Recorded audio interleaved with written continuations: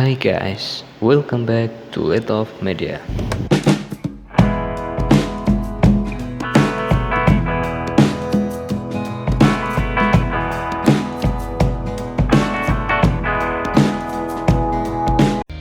In this video, we will learn how to make RAR and compress file using WinRAR. Now we have user folder as the example,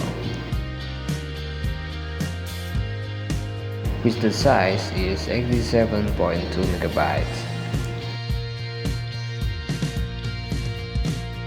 Then right click on it, add to archive, we choose best compression, lock archive,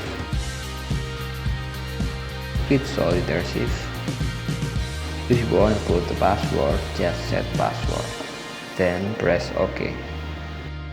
We have to be patient on this process. We are not suggested to press anything. We know process neither time. Just wait till it's done.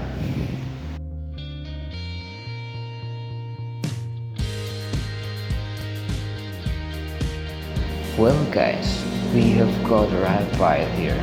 Let's see the size difference.